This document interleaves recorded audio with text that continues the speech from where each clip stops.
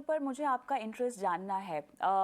अब हमने देखा जो पिछली वित्त वर्ष के आखिरी तिमाही के जो नतीजे आए थे बैंकों के, बहुत सारे एक्सपर्ट्स का ये भी कहना था कि हमने कोई स्टॉक स्पेसिफिक खास रिएक्शन देखा नहीं, क्योंकि बाजार ने जो नतीजे आने वाले थे कहीं ना कहीं वो भाप लिए थे और वो बाजार में फैक्टर इन था ऑलरेडी। तो जितनी तेज़ी की उम्मीद थी या जितनी देखी जानी चाहिए थी वो ऑलरेडी पीक आउट हो चुकी थी कीमतें, उतनी तेज़ी हमें आने को नहीं देखने को मिली है। अब बैंकिंग में मुझे ये बताएं कि जो स्ट्रॉन्ग नतीजों की आपकी भी उम्मीद है पहली तिमाही के, उसमें भी हम किस तरह के बैंकों की यहाँ पर बात कर रहे हैं? आपका रुझान प्राइवेट बैंकों की ओर है, सरकारी बैंकों की ओर है? क्योंकि अब हम देख रहे हैं कि फोकस एनबीएफसीज पर ज़्यादा पड़ रहा है, प्राइवेट बैंकिंग से निकलकर एनबीएफसीज पर लोगों का रुझान भी जा रहा है, एफआईआईज का रुझान भी आ रहा है। आपका इंटरेस्ट कहाँ पर है? जो कविता जी, पिछले साल में जब क्रेडिट ग्रोथ 7-8% था, तो हमारा अनुमान था कि क्रेडिट ग्रोथ यहाँ से बढ़ के कुछ 12-13% हो जाएगा। रियलिटी में एक्चुअल क्रेडिट ग्रोथ 15% हुआ था, जिसमें part of the credit growth higher commodity prices की वजह से था।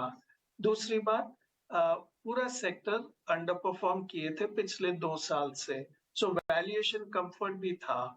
तीसरी बात, एनपीए साइकिल भी पीक पे था एंड उसके बाद एनपीए साइकिल धीरे धीरे नीचे आने का अनुमान था। इस समय अगर हम देखने जाए तो क्रेडिट साइकिल, हमारा अनुमान है इस समय करीब करीब 11 से 13% हो सकता है। मेरे हिसाब से एनपीए साइकिल भी क्लोज टू बॉटम ही रहेगा। हमें एनपीए बढ़ते हुए नहीं नजर आ रहे। आपने सही कहा था कि अच्छी ग्रोथ आई है कंपनीज में, स्टॉक इतने नहीं बढ़े, इन लाइन बढ़े हैं विद द अर्निंग्स, तो वैल्यूएशन कंफर्ट है।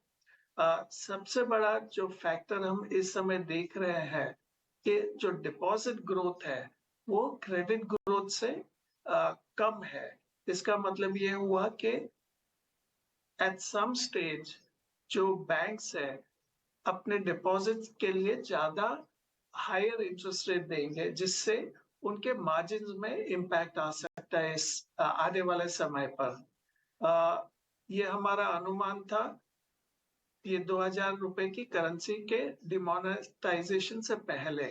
उसके बाद हमने ये देखा है कि बैंक्स में सडनली डिपॉजिट्स बढ़ गए हैं, क्योंकि almost 2/3 of the 2000 rupee notes bank में फिर से जमा हो गए हैं, जिसकी वजह से हमारा अनुमान है कि पहले क्वार्टर में भी रिजल्ट्स जो आएंगे बैंक्स के will surprise the market going forward.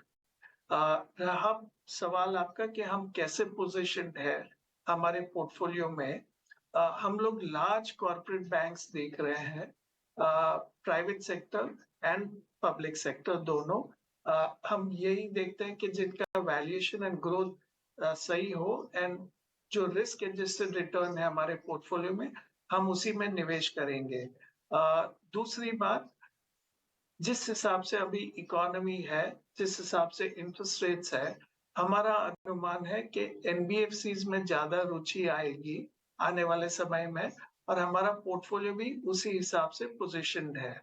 तो हम भी उसी तरह से इन्वेस्ट कर रहे हैं, उसी तरह से निवेश कर रहे हैं।